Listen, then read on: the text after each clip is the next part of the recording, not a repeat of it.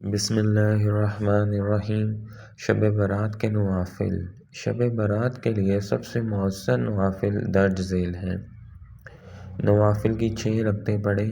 2 نوافل کی نیت 3 بار کریں۔ باقاعدہ نوافل ادا کریں۔ کسی نوافل میں کوئی مخصوص سورت پڑھنے کی ضرورت نہیں ہے۔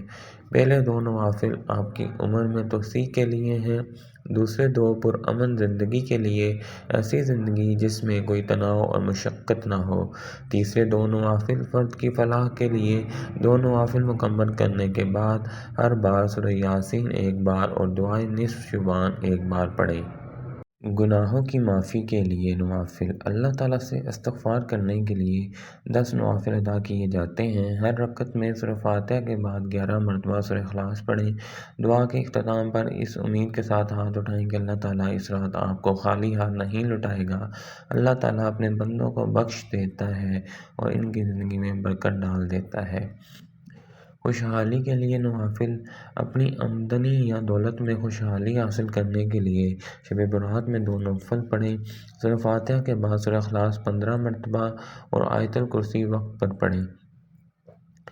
اس دعا کے آخر میں 100 مرتبہ درود شریف پڑھ کر اللہ تعالیٰ سے دعا کریں کہ وہ آپ کی آمدنی اور کاروبار میں برکت ڈال دے۔ صلاۃ الخیر۔ صلاۃ الخیر کو شب برات کی نماز بھی کہا جاتا ہے۔ 100 رکعت نوافل ادا کریں۔ ہر نوافل میں سورہ فاتحہ کے بعد 10 بار سورہ اخلاص پڑھیں۔ مسلمان اپنی زندگی میں نیکی حاصل کرنے کے لیے یہ نوافل ادا کرتے ہیں۔ دعا کی قبولیت کے لیے نوافل۔ اگر کوئی چاہتا ہے کہ اللہ تعالیٰ کے حضور اس کی دعا قبول ہو تو وہ یہ دعا کرے۔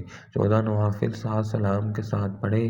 ہر رکعت میں سورہ اخلاص، سورہ کافرون، سورہ ناس اور سورہ فلق پڑھے۔ ہر 2 رکعت کے آخر میں آیت الکرسی اور سورہ توبہ کی آخری 2 آیات پڑھے۔ یہ دعا قبولیت کے لیے بہترین ہے۔ نماز فاطمہ رضی اللہ تعالیٰ عنہا۔ حضرت فاطمہ بنت محمد صلی اللہ علیہ وآلہ وسلم نے فرمایا کہ جو شخص یہ نماز پڑھے گا وہ قیامت کے دن اللہ تعالیٰ سے استغفار کرے گا۔ نماز کا طریقہ یہ ہے کہ 8 رکعت نماز 4 سلام کے ساتھ پڑھیں۔ ہر رکعت میں سورہ فاتحہ کے بعد 11 مرتبہ سورہ اخلاص پڑھیں۔ ایمان کی حفاظت۔ ایمان کی حفاظت کے لیے 2 رکعت نوافل پڑھیں۔ پہلی رکعت میں سورہ فاتحہ کے بعد 3 مرتبہ سورہ اخلاص اور 1 مرتبہ سورہ فلق پڑھیں۔ دوسری رکعت میں سورہ فاتحہ کے بعد 3 مرتبہ سورہ اخلاص اور 1 مرتبہ سورہ ناس پڑھیں۔ نماز کے اختتام پر 1 مرتبہ سورہ یاسین پڑھیں۔